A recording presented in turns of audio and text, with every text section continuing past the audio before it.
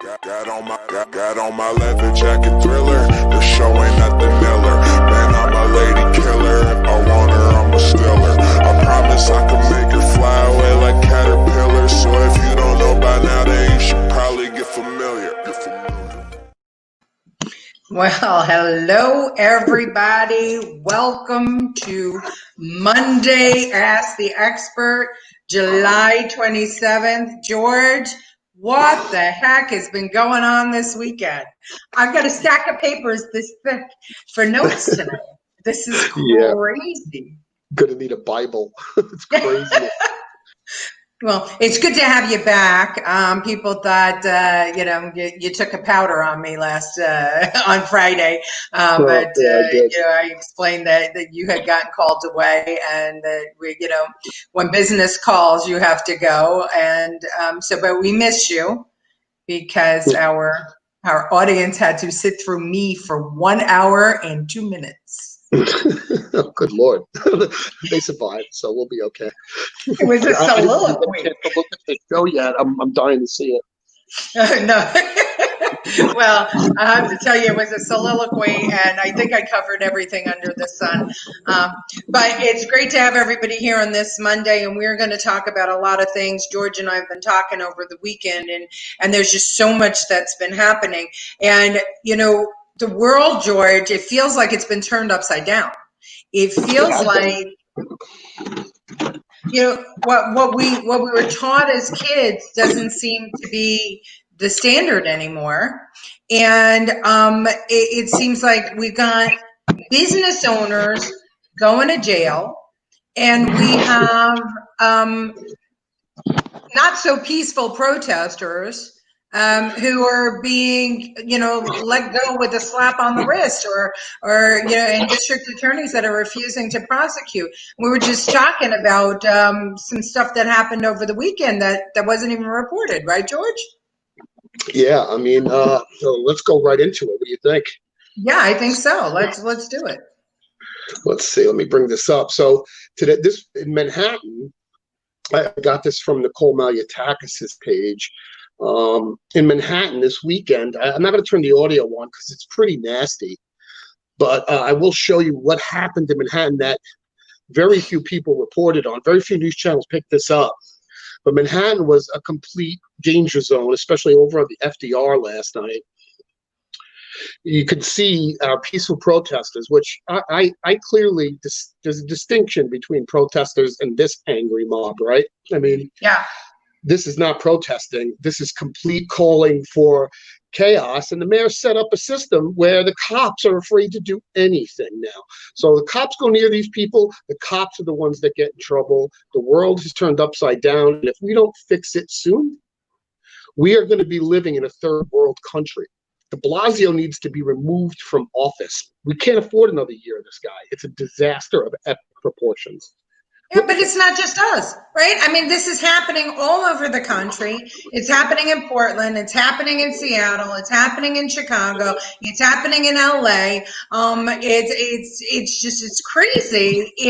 And if I hear anyone say that these are peaceful protesters, again, I think I'm just going to scream.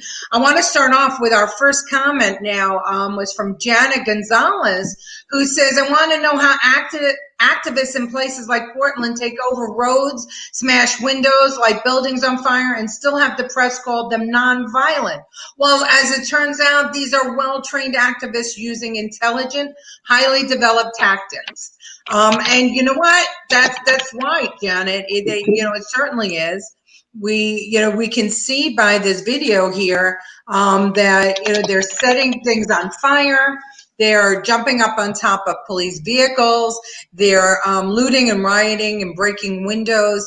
And at the end of the day, these business people who locate in these cities, they have a contract, maybe it's not a written contract, but it is a understood contract with the mayor and the city council that they will bring business to the city and invest in the city. And in exchange, the elected officials and the government entities will protect them, will keep their streets clean and safe, and will uphold the laws that they pass.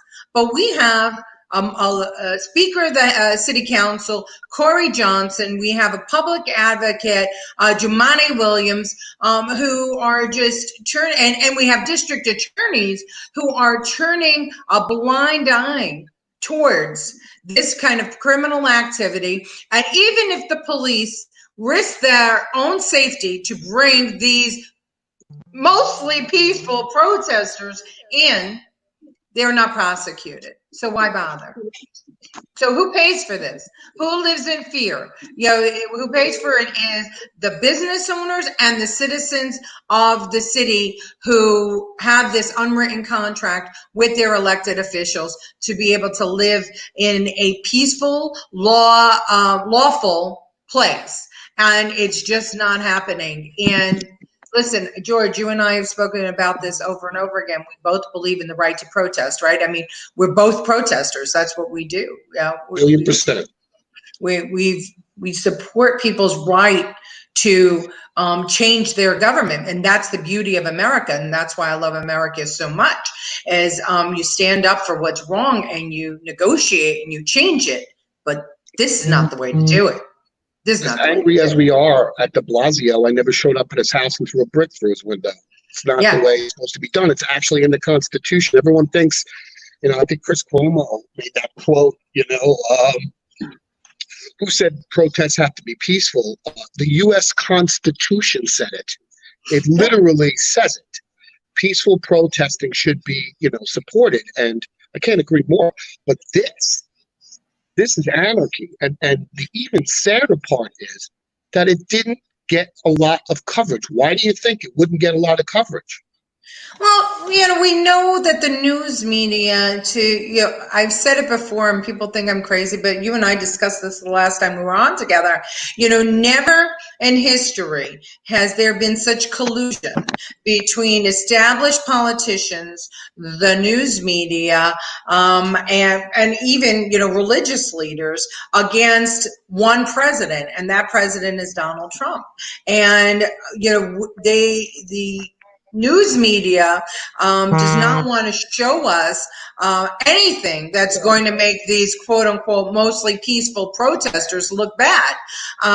It's being, everybody is making excuses for this, everyone. And I can only presume that in some strange universe, the establishment believes that if it allows this to go on, that they can beat down the law-abiding citizens and force them to vote for Joe Biden in November.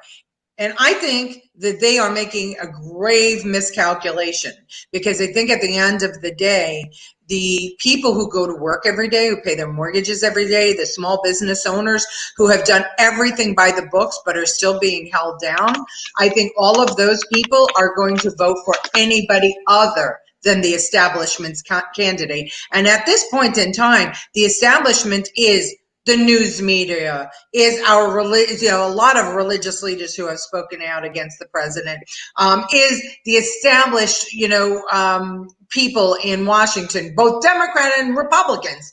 I mean, there is an entrenched group in Washington that does not want someone who is going to turn everything upside down and finally shed light on the creepy crawlies that have been going on and the negotiations that have been going on to the detriment of the American people. And Donald Trump has showed us that he is that. He's doing that. Yeah. It's clear to me. Look at this quote from Dan Crenshaw. Check out ABC News here. This is indicative of where we just went awry.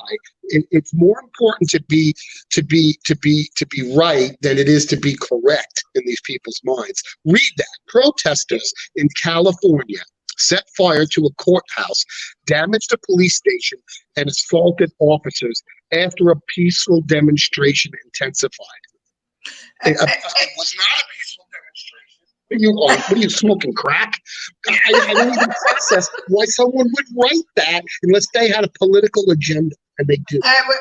Well, but that's the whole thing. I mean, we keep on, if they keep on putting the adjective peaceful in front of protesters, maybe we'll buy it. Maybe we'll believe it. Maybe, maybe if they say it enough times, us stupid, dumb Americans, us stupid, dumb taxpayers, us stupid, dumb, voters will just, believe exactly what they say. I mean, come on, after all, how we're not as brilliant as they are. They all have college degrees, and they've all, they're all part of the cabal.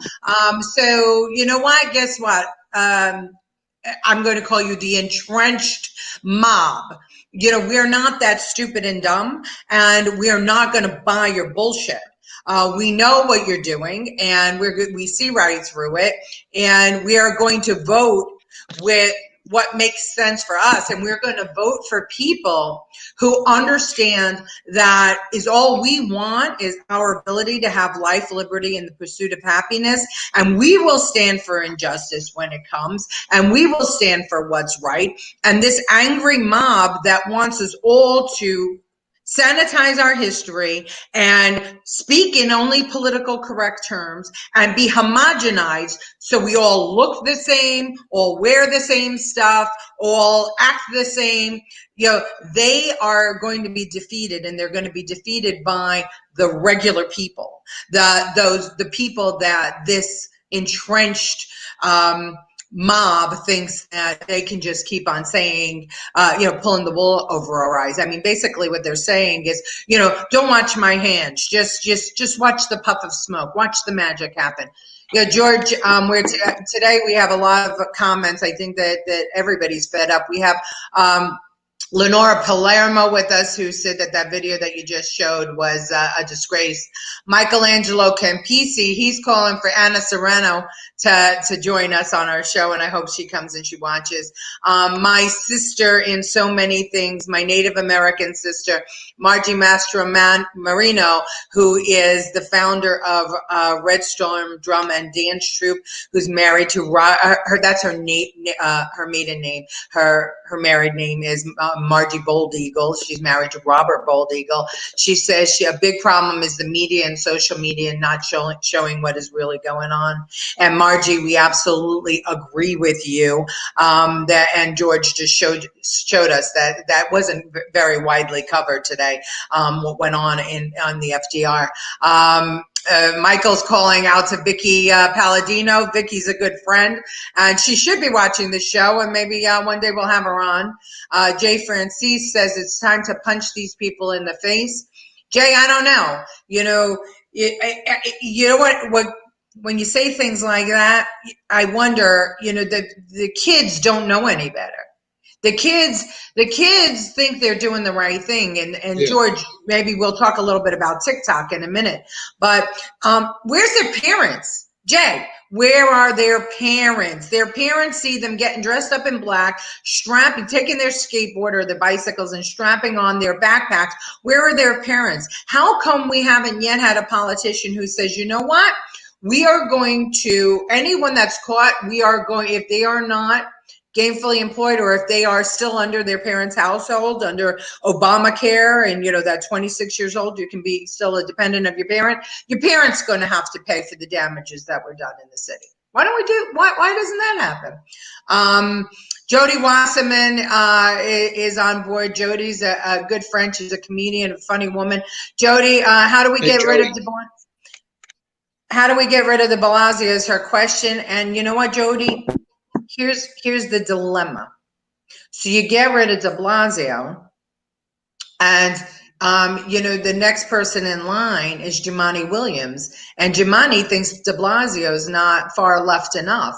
So is that where we really want to go? Do we really think that Cuomo's gonna get rid of de Blasio? Because Cuomo looks great next to de Blasio. So I didn't think about that.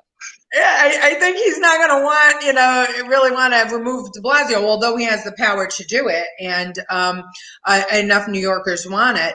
But maybe one of the things that we should do is consider the taxpayers filing a lawsuit against de Blasio for the loss of our quality of life in New York City. It's something that I'd like our city council members to consider. Yeah, I mean, we pay taxes, like you said earlier, for a reason. Taxes are to make sure that the government is getting too involved. We need less of it. Of course, that's my natural stance, right? But it's for a reason. We can't allow our tax dollars to fund anything like Black Lives Matter, the organization, not the sentiment. Because everybody out there is calling me a racist now because I say Black Lives Matter is a Marxist movement, because it is a Marxist movement. It is designed to overthrow our government who in the last 200 years has made more strides toward racism than most countries, all countries. We had a horrible beginning. Slavery was part of our beginning. We made a promise with the Constitution, made a promise with the Declaration of Independence, and slowly but surely we are more and more every day meeting up with that promise, and we're getting better at it every day, and destroying it means starting over. I don't want to wait anymore. No, don't start over. Fix what we have. Fix it. And the founders of our country created a document because they knew it was not perfect.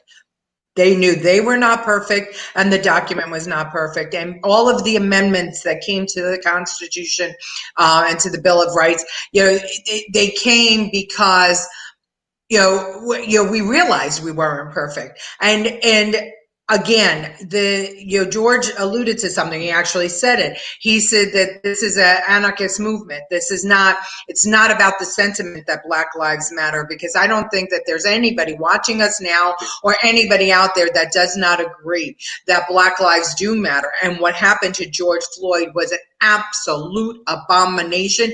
It should never happen again. It should have never happened in the first place. It should never happen where a police officer kills someone during an arrest.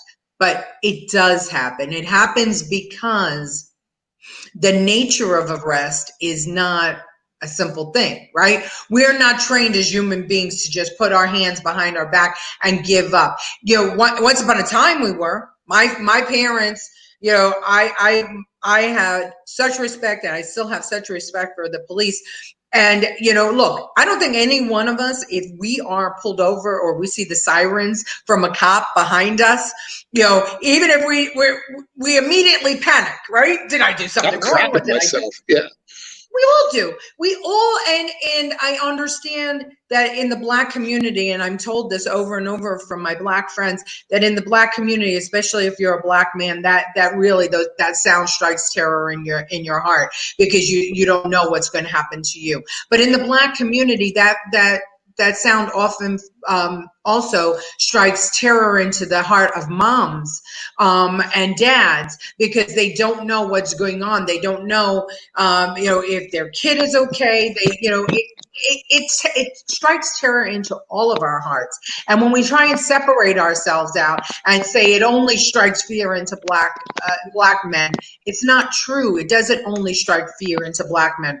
But I can understand the concern, and we need to have that conversation about how the sounds of police sirens are looked at as somebody coming to help instead of somebody coming to hurt, and we can't have that discussion if we're not allowed to say certain things. And this PC mob that is out there right now, who have paid hundreds of thousands of dollars in a college education, this PC mob wants us to stop using these words. They want us to stop talking, and they want us to stop being honest with each other.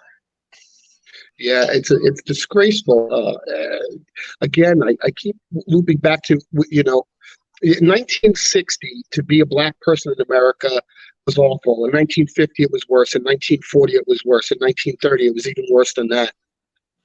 And I don't pretend like I understand that plight, but there was a time where we had segregated bathrooms and people sat in the back of the bus, and peaceful protests got us here. Yeah. Martin Luther King and the March on Washington. That's why I'll never down protest, because it shaped change in America. And unfortunately, now what's happening is the same thing that happens to kids. If you kick and scream loud enough, now we have politicians that are saying, "Oh yeah, you're right. We're sorry." No, that's not the right answer. Of course we're sorry. No, nobody I know today, none of my friends are the same. When I was a kid, racism, I've said this on other shows. When I was a kid, my mother would say, "Go get some chinks tonight."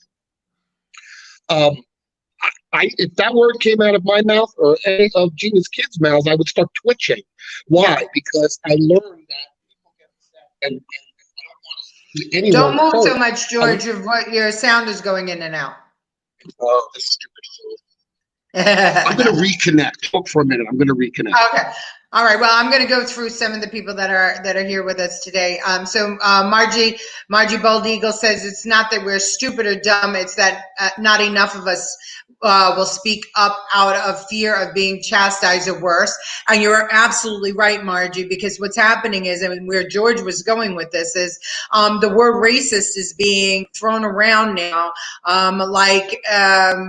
it's being thrown at anyone who doesn't agree with the with the terrorists, with the mob, and so the word racist gets thrown at you, and it gets thrown at corporations, it gets you fired from your job, it gets you beat up in the street, and that's really scary. So George, Margie kind of said that people are afraid to talk up about things because they're afraid of being chastised or worse. So yeah, I was told that if someone called me a racist, and I said, could you show me anything in my life that ever demonstrated any kind of racism toward anybody ever? And they said, yes, because you support President Trump. Yeah. That is a line in the sand you don't want to draw, because it's half the country. It's half the country fighting the other half of the country with that narrative, and that's not going to end well. But and it's an interesting thing. I mean, our America, our flag, our anthem, our Constitution, it was written to give us the power to change it, to say it is not correct. It is not perfect. We need to change it. We need to move it forward. And this weekend, I had the pleasure of sitting with one of my mentors. He's 92 years old. His name is Bishop Bob Royal. He was a pastor on Staten Island. Now he's in Manhattan, in Harlem. And he's an African American who marched with Martin Luther King. And he and I sat together, and he said to me, he calls me Leticia. He said, Leticia, I don't understand what they're doing. This is not right. When you are protesting, you're supposed to send a message that most people can embrace and get on board with to help you. And he marched with Representative John Lewis, in the past. And he said, when we marched, we knew what we wanted at the end of the process. To say we don't want police is preposterous, because we need police. How could we be a society without police? If you don't have police, you might as well not have laws. If you don't have laws, then why do you need government? If you don't have government, then what are we? And he was absolutely right. And to see this man so distressed because he sees that this cancel culture, that this PC movement, that this move to homogenize and sanitize us is going to lead us down a path of just self-destruction. And for my 92-year-old mentor to be so upset by that, I said, and I promised him, and I'm going to do it. I told him I'm going to do everything that I can to stand up and fight against it. Just like he fought against racism, I'll continue to fight against racism.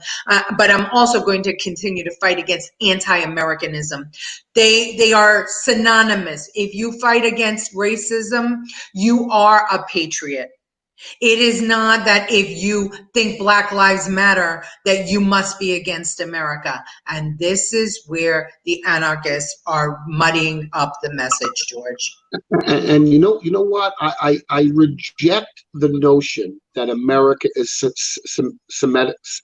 systematically systematically racist. I reject it because I would say most of America, there are racists in every aspect of life. We all know this. The narrative is that that's the majority of America and the majority of police. That is not true. That is absolutely not true. You know who's systemically racist? Do you know what country's systemically racist? Iran, Iraq, Cuba. Yeah, go there. Yeah, try it out for a little while and see what that looks like. China. Systemic racism in China.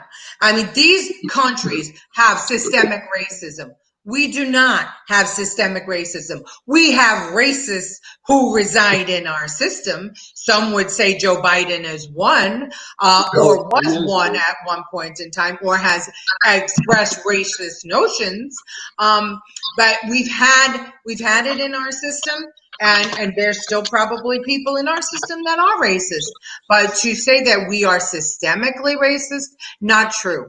We have written things into our systems to make sure that we make up for slavery in the past. Things like set-aside programs, things like minority and women business first programs, which I was the head of when I was in Battery Park City, and I helped rewrite the rules in New York State so that it was a larger group of people that had an opportunity. So I agree with you, George. I reject that notion too. I want to get to some of the other comments. Rob Curry says we need Giuliani back. I agree with you, Rob, but you know, Giuliani was polarizing at the time. I love the way he handled the city, but we can't go backwards, Rob. We've got to go forward, and we need some new leaders, and I would love to see a new leader in the Giuliani fashion who was a moderate Democrat or Republican. I'd prefer a Republican who would stand up for the citizens of the city and actually give the business person a fighting chance. Jody Wasserman says she never got angry at a politician like she does at de Blasio. Jody, I think. Go ahead, George. I'm sorry. I just said amen, Jody. Yeah. Amen. Yeah, the irony of de Blasio is he tried to be all things to all people, and now he's nothing to anyone. And I think that shows us that some of the things that we're talking about, the mob will never be satisfied, right? These privileged terrorists will never be satisfied. After you kneel in the street and you apologize for your privilege, they're going to want more. And if you don't give them what they want, they're going to turn on you. We've seen it over and over again. We've seen it with Mayor Wheeler. We've seen it with Lightfoot. The mob is never satisfied. They're never satiated. So you might as well stand up for your principles and not be afraid. Mike Cox says the biggest danger that has come about during all of this is that the socialists are now in complete control over the agenda and direction of the Democrat Party. And those socialists are not only condoning these riots and anti-police actions, they're promoting them. Sadly, none of the Democrat elected officials on Staten Island has had the courage to stand up to the socialists. Well, I got to tell you something, Mike. I think that nobody anywhere has really had a lot of courage against them. I mean, we've got a couple of Congress people that are willing to stand up and say the same for me, but overall, you know, there is a silent majority, and we need them to get active. What do you got there, George? I got Joe Biden, the guy who, in my mind, and again, just by evidence, by clip after clip after clip, he said that he didn't want to send his kids to an integrated school because for fear of violence. And then this is a clip from C-SPAN of Joe Biden. I hope the sound comes through. The sound's not going to come through. You know what? I can't play it. Probably not. Well, let's move on let's move on a little bit, and let's talk about the owner of Atilis Gym.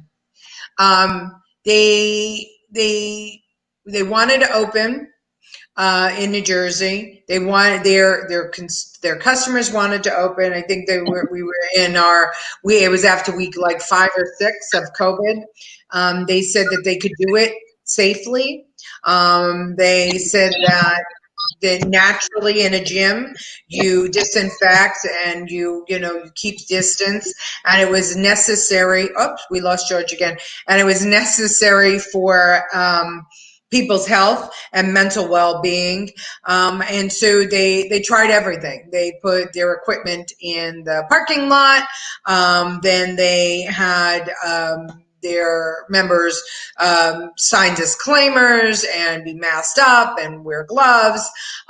They put in all kinds of cleaning precautions, but every single time New Jersey said, no, you can't open. We're not going to allow you to open.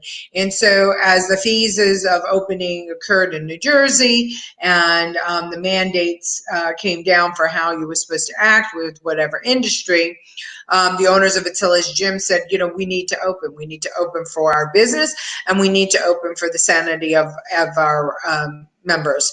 And they didn't allow them to open still. And not only that, but the lawsuit did not go in their favor. And actually, the court said that they had to follow the emergency mandates that the governor Murphy was issuing. Even though these mandates weren't based in any science, and they were arbitrary and capricious. And so what they did was the state padlocked the doors, or the sheriff padlocked their doors. So they removed their doors and they opened up. This weekend they were arrested. They haven't yet been indicted. They're still waiting for their hearing, but they were arrested. George. This is a complete lack of consistency on the government's part, right? Because you can have this business open, but not that business, because we're not smart enough to know how to do this safely. There's some kind of narrative out there that business owners don't care. Well, yeah, we do care. And like you said, gyms are clean freaks. They have to be able to lose their business. And again, it's down to the choice of the American people. You can go in that gym or not go in that gym. If you are afraid, I'm sorry, if anyone gets mad at me, if you're afraid of COVID, stay home. I'm not afraid of COVID. I wear my mask out of respect for other people, but I'm not afraid of it. I know that this is life, and there's a risk in everything we do and everywhere we go. So watching this poor business, and again, there's going to be a lot of people that are like, well, who cares as long as people are alive? The long-term ramifications of this, and we're already seeing it, are going to be more deaths. Right now, the death rate is super low. I think New York is like almost gone. Right? I don't know the stats. But unfortunately, the reporters decide, let's report on the number of cases and freak everybody out. So now everybody in the community is screaming at this poor business, including the government, and they're saying, hey, you got to close. You're going to kill other people when less people are dying now than before. So the reported number of cases is a false number. It's a number used to drive fear in a political manner. Use the death per million total, and I will respect you more. Right?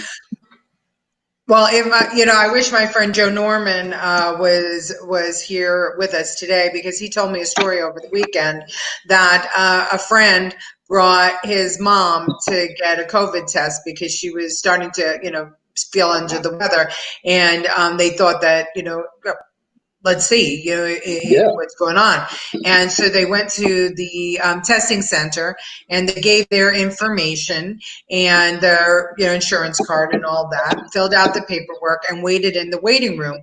Well, a half an hour goes by, 45 minutes goes by, an hour goes by, hour and a half goes by. Nobody comes in to speak to them. Nobody, sees them. He had to go to work. He says to her, Mom, I'm sorry, I got to go to work. We'll come back, and we'll take the test then. So they go home, and they never did reschedule the test because the test was by appointment. They never did reschedule the test, but 3 weeks later, she gets a letter in the mail telling her she's positive for COVID. She never took the test. Florida's riddled with that right now. People don't believe it. They think it's some scam that She we're never making that up. took the test. So what's going on here? Well, I could tell you that as you know, and a lot of viewers know, I had it. I had it back in March, or at the end of March, and I went for my antibody test, and I got my bill in the mail, and I went to one of these centers, and I'm fully covered, and I got my bill in the mail.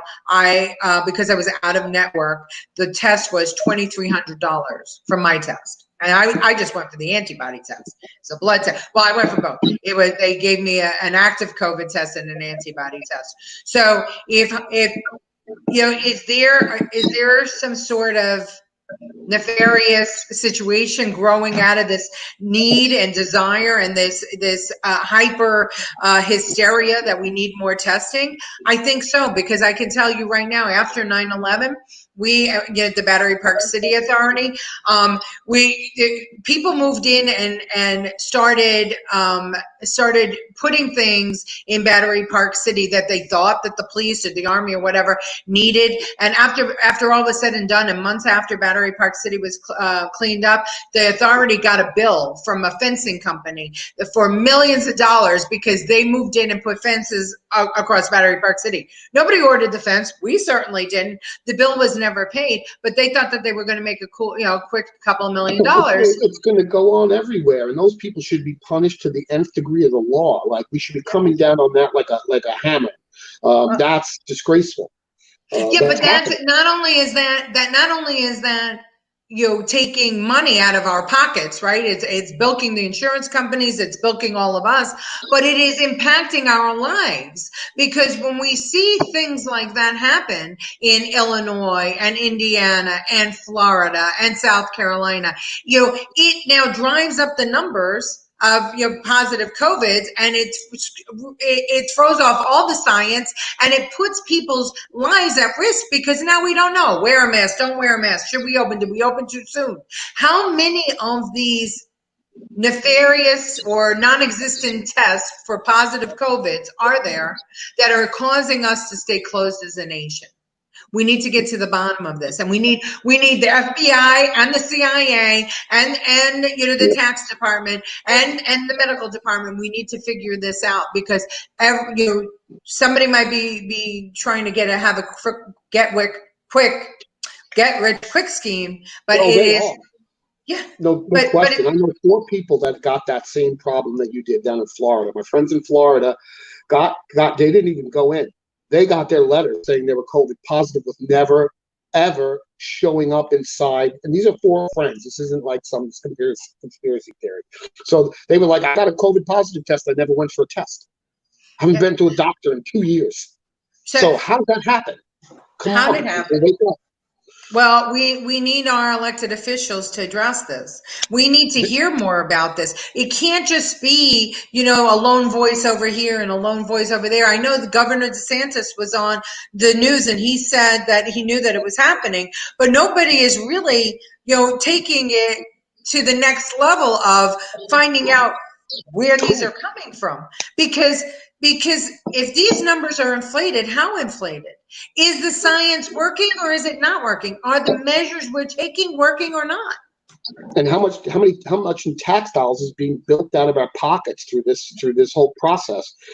More importantly, are we being kept locked down? Are people like Atilis Gym, being told they can't open, small businesses being told they can't open, all these restaurants not being allowed to fully open? Is all of this happening because of these mysterious blips that nobody could explain in certain states, that all of a sudden everybody, is getting positive COVID tests again? Are they true? Are they not?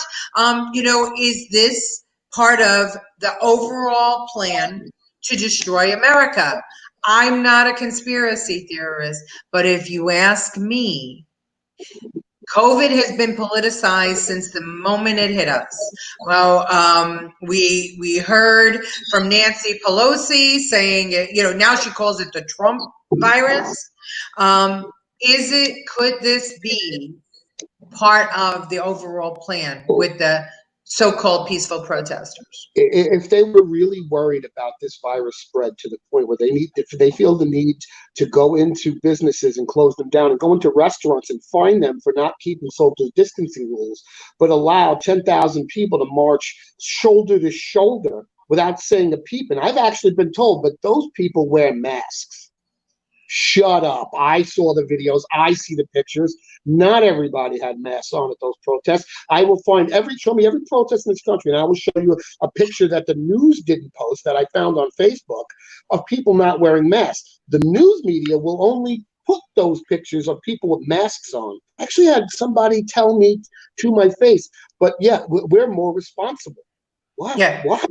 Who are you? You're not more responsible. I wear my mask too. So don't tell me, Well, Nikki DiBenedetto disagrees with us. He says that the conspiracy theories must end. Okay, Nikki. So if it's not a conspiracy theory, tell me what it is. If this doesn't sound strange to you, if this doesn't inspire more questions for you, then what do you think is going on here? Isn't it a little mysterious that these people are getting positive COVID tests and they never took the test? Does that concern you at all? What do you think is going on here? I'll wait for your answer and we'll move on to the wall of moms. George, I don't get it. So, I read their website, I read what they're doing, and the reason the Wall of Moms was originally created was because it was believed that in South Africa, in particular, that when and in countries where certain ethnic groups were being kept down, that if a white woman linked arms to protest, that the authorities wouldn't beat her back, wouldn't beat them back. And, these white moms, started in Africa or were part of in South Africa.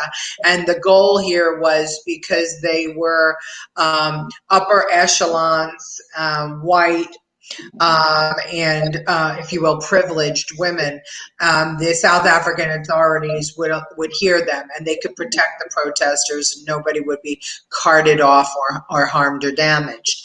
So the idea was that these white moms thought that the black moms weren't getting were getting beat up as they were quote unquote peaceful protesting in Portland, Oregon. So somebody had the great idea of creating this wall of white moms, and she said, dress in coordinating colors and let's go out there and show the federal agents that we have a right to protest. Now, I've already established that we agree that everyone has a right to protest, and if it is true that I don't think it's true that the police in Portland were stopping people from protesting because they were black.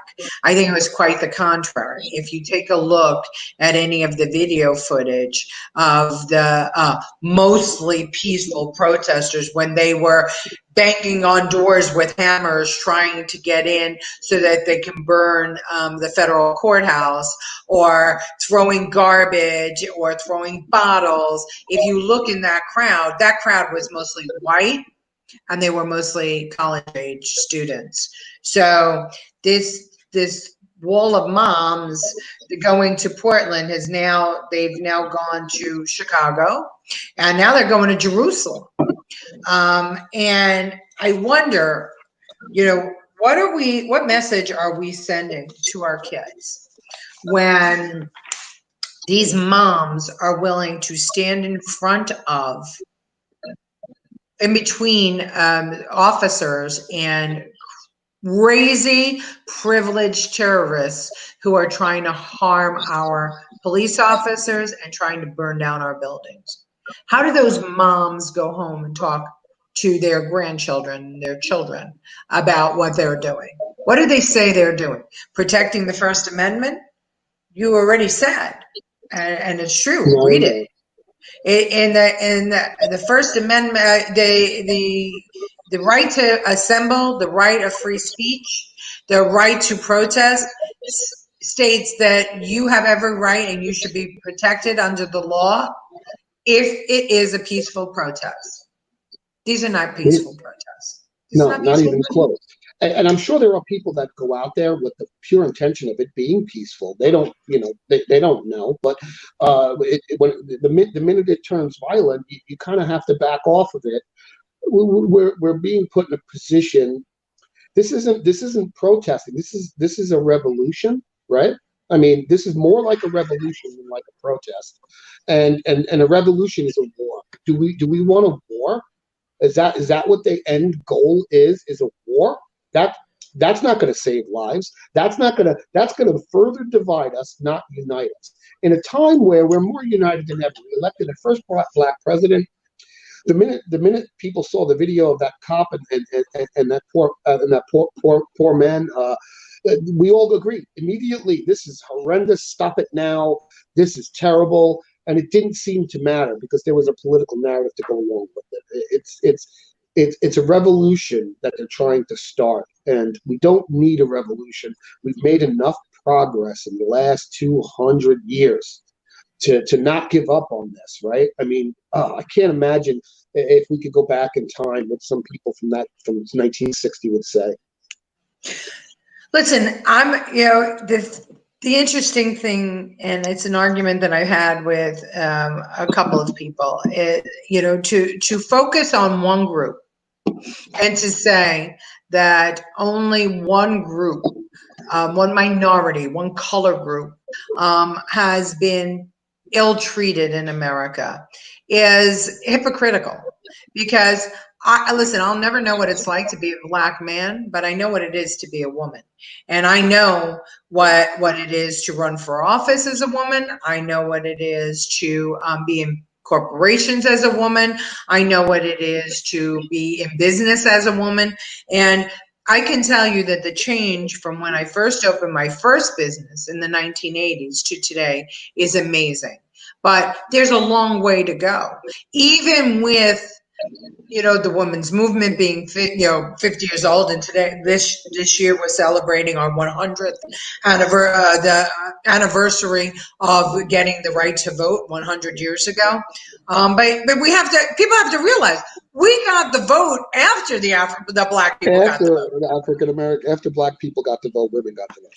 And when we talk about slavery, around the world, women are still slaves. Women are chattel in many, many countries. They are not allowed to own property. They have to obey their husband. They are, for all intents and purposes, they're merchandise. So why do I bring this up? Not because I want to be a victim, because I'm not a victim, but we as women also have been fighting a battle, and I don't think 50, and we're 51% of the population. So think about that. Yeah. How is it? It's like South Africa, right? The majority of the population is not the majority of the holder of position of power. But having said all of that, we need to work together.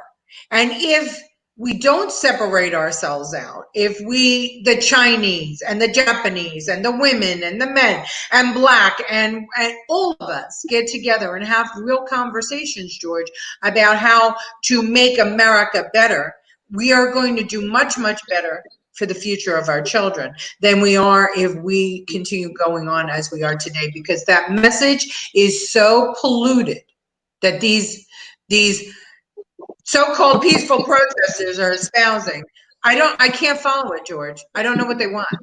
I don't think they know what they want either, to be quite honest with you. They know they want something, and it comes out in a myriad of ways. And, if we could look back on, there's been, tumultuous times in America and other countries forever. But since the birth of the 24-hour news cycle and social media, something has happened. I can't exactly put my finger on it, but I'm a techie geek and I love this stuff. And I start looking at I start thinking about, and I'd love to hear other people's opinions on this. I start thinking about the algorithms that social media puts in place. Self-perpetuating, self-feeding algorithms that are designed to tell us, you're right, correct. No matter what we say, they find other people that say it, and it strengthens whatever that message is. And years ago, it used to be face-to-face conversations, and it used to be mixing and mingling and getting out and about and going to events and talking to humans. Now you're talking to who knows who.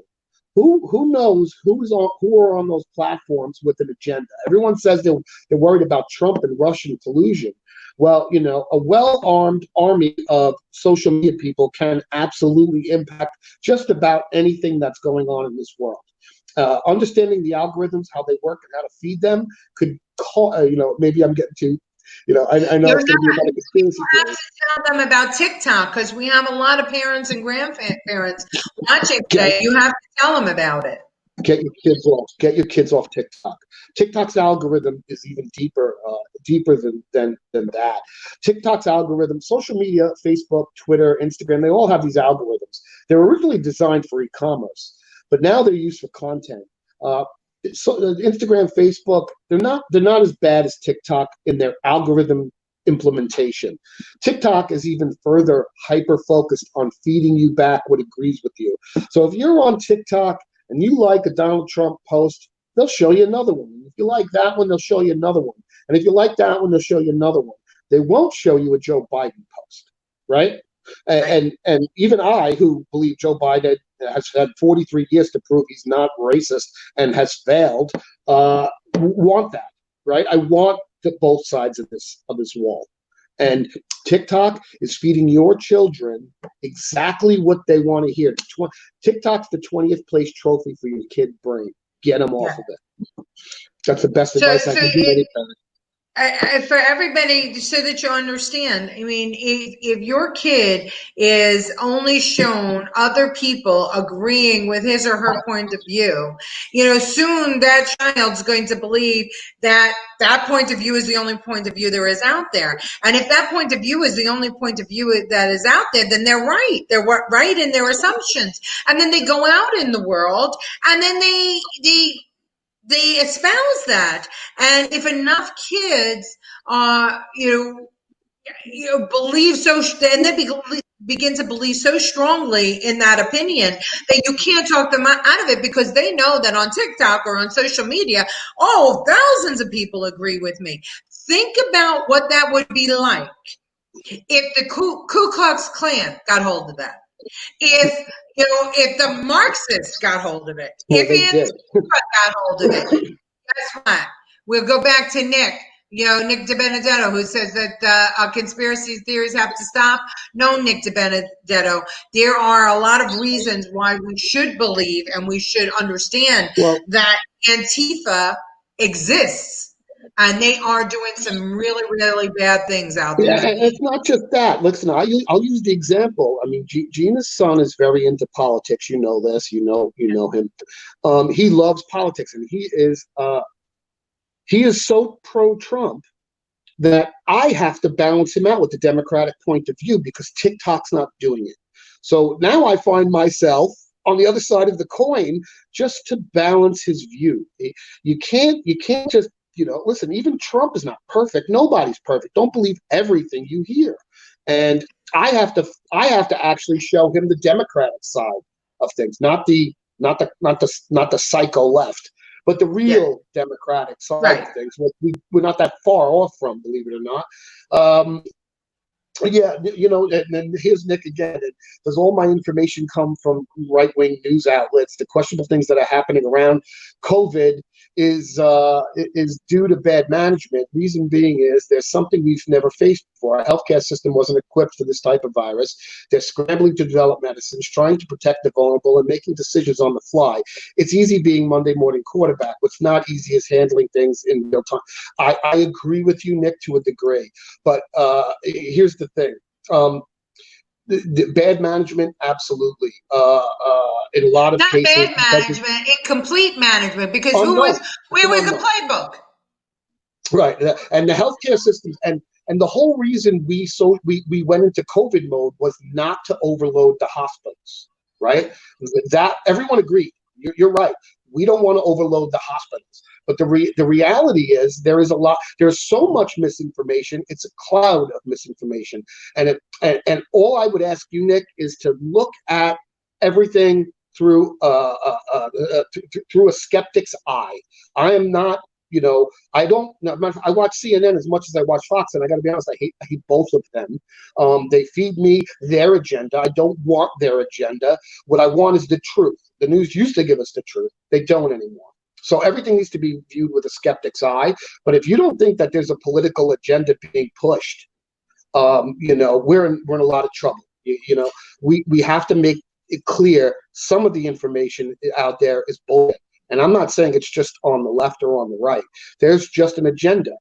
We don't have to ignore the agenda and look at the numbers. And the numbers from the CDC and the WHO are telling us here in America that the death rate is going down. Why? Because we're smarter with dealing with the disease. We now understand how to do it, right? We didn't before. That's why I don't jump down Cuomo's throat, even though he made probably one of the biggest mistakes I've ever seen in my life by putting those nursing home people back in the nursing homes. I'm not going to jump down his throat. Who knew? You didn't know, right? Who knew? But now we know. Our hospitals aren't overloaded anymore, and I know you're seeing a lot of narrative in the news. At the same time, we're handling these cases, right? And we're getting people in and out and alive more than ever before. So. Right. Just be smart. And we're not putting them on ventilators at 30,000 in a clip, because we were looking at the time at Italy, who was putting everybody on ventilators, and they were all dying, and we couldn't understand why they were dying. But because we later learned that it wasn't a lung disease, it wasn't but we could only deal with what we could deal with. And I'm sorry, but I'm in emergency management. I served in emergency management for many, many years. And you have to move, and you have to make quick decisions. Some of those decisions are going to be wrong. Like Cuomo's decision was wrong for sending them back to the nursing home. But we can't hold him responsible fully. And he can't hold the president responsible fully. And for Nancy Pelosi to say that this is the Trump virus, that is absolutely irresponsible, and that should be shot down immediately. Because if we're going to start pointing fingers at any one politician, then we have to point them at all of the politicians. You're right. You have to be balanced about it, and I don't see the balance here. And that's Bruce, right. I want to address this. Bruce, this is I'm glad you're here. You don't know that what BLM wants. No, I know what. The BLM organization wants a Marxist society. We want the police to stop murdering our unarmed citizens.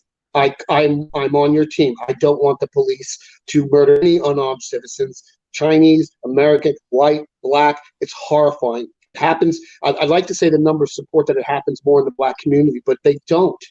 But someone you know and love gets arrested for breaking the law, and all of a sudden it's anarchy. No. It's not about them getting arrested. I know plenty of people that got arrested. I was arrested. Yeah, I was arrested too. So it's not about that. It's about anarchy, blind anarchy, without a purpose. What is the ask? We don't want the police to kill our people anymore. I couldn't be more on your page. Unfortunately, the narrative has been set for us to be on opposite sides, even though you and I agree. I don't want black people to be killed by police officers. And you're damn right, in the 60s, the 70s, there was a lot of racism in police departments. And we've done a really good job at eliminating that, to the point where there was only 9 or 10 unarmed black people killed this entire year. And I say only, not only, but there was 14 unarmed white people killed this year. So those numbers are real. I'm not making them up from some right-wing news service. That's from the federal government. I take it for what it's worth. But we're on the same side. But is that, if that's all that BLM wants, and I'm not going to say that's all, because that's a huge ask. Of course, nobody wants anybody who is being brought into custody to be killed, and nobody wants to see that crazy look that it was in that police officer's eyes as he was kneeling on George Floyd's neck.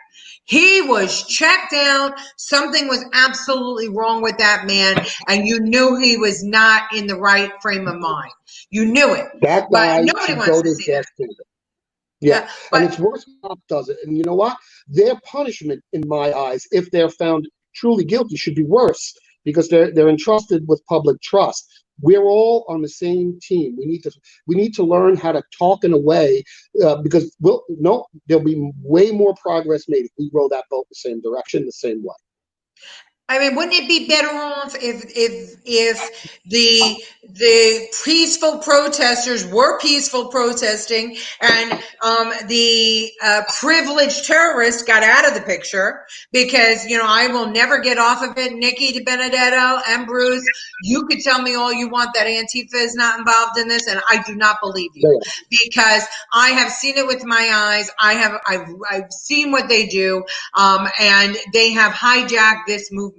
If all was going the way that it was going in the beginning, with people linking arms and marching and asking for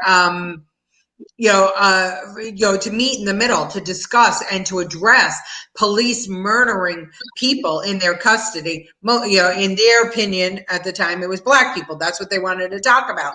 But we as a society said, can we talk about all the people that were murdered in police custody? Because that's important, because now your numbers go up. And now you bring all sides together. Everybody wants to have that conversation, every single person, but nobody wants to have a conversation where you say, defund the police, get rid of the police are no good. We're, hanging the flag upside down, fuck America, excuse my language. Oops, shit. We might get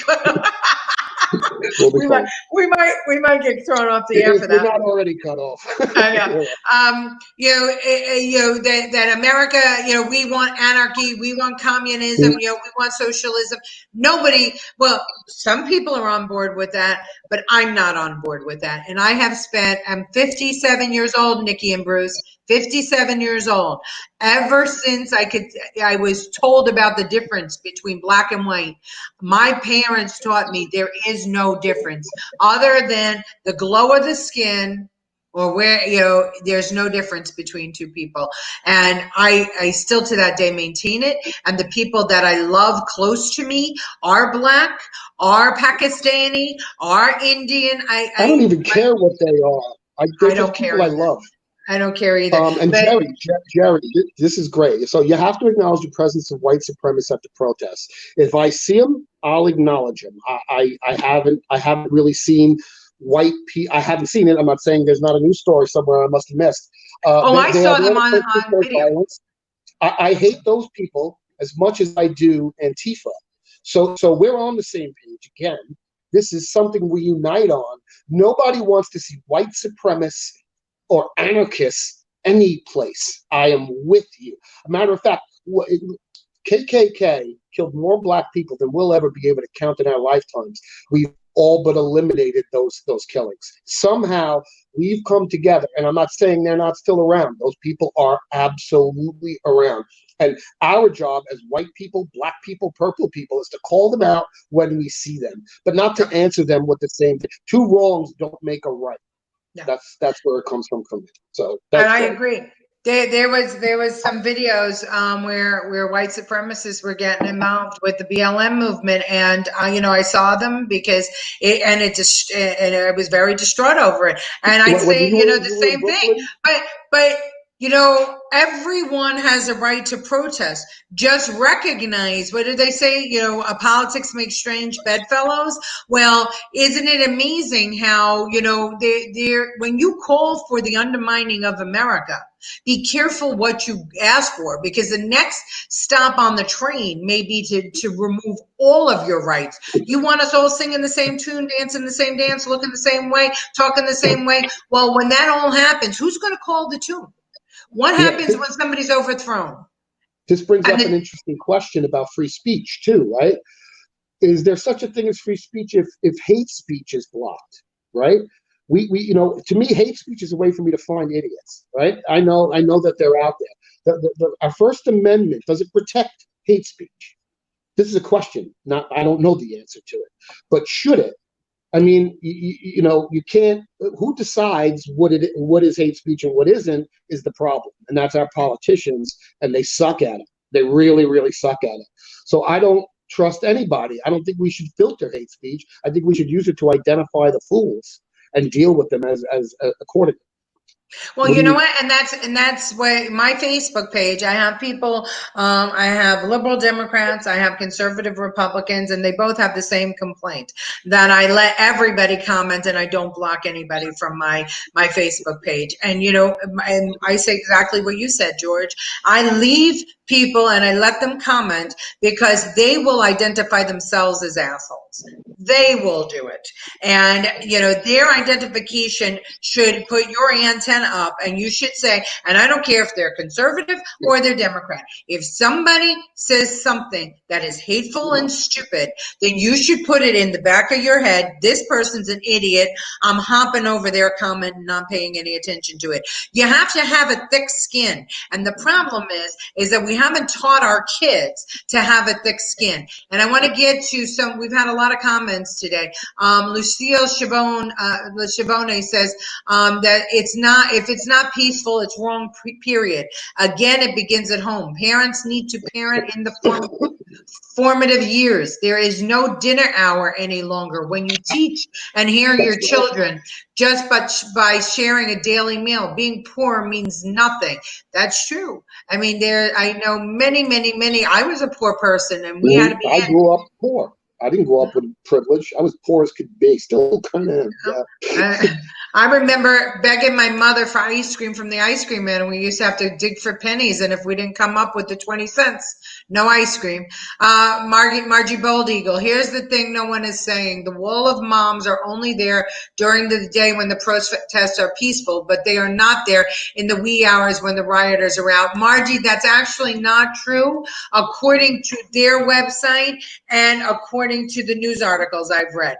They say that they come out at night. Now, whether it's true, I mean, if that's not how it's being reported.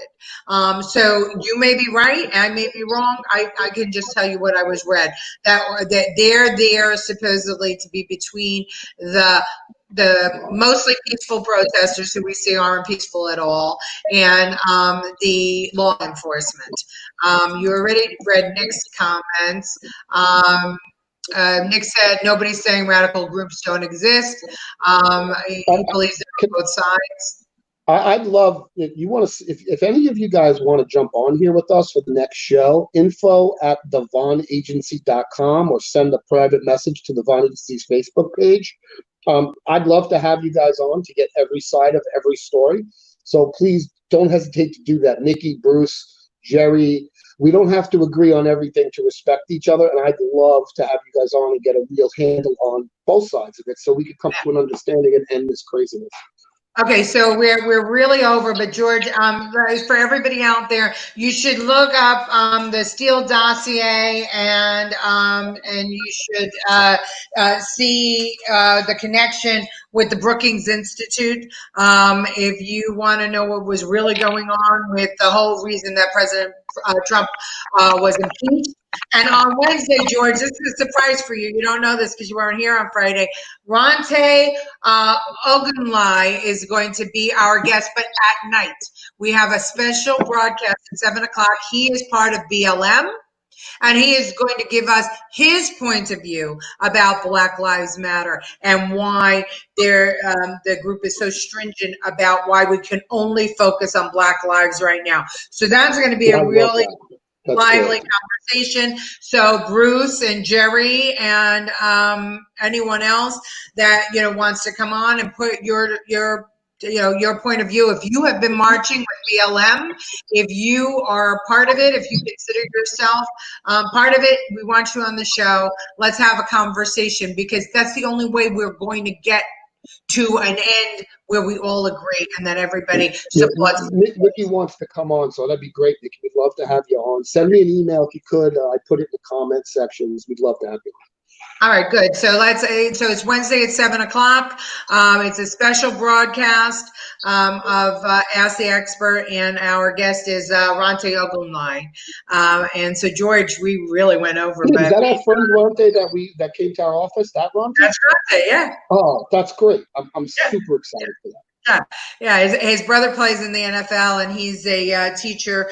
He's an educator at for the JCC, and so he's a good man. And we don't always agree on things, but we always have great conversations. So, everybody, we took a lot of your time today. Have a great Monday. Thank you, everyone. A whole week, until you see us again at 2 o'clock on Friday. But remember, Wednesday, 7 p.m. right here. Ask the Expert, and we are going to have members of the BLM with us. Got on my leather jacket thriller. The show ain't nothing iller. Man, I'm a lady killer. If I want her, I'ma steal her. I promise I can make her fly away like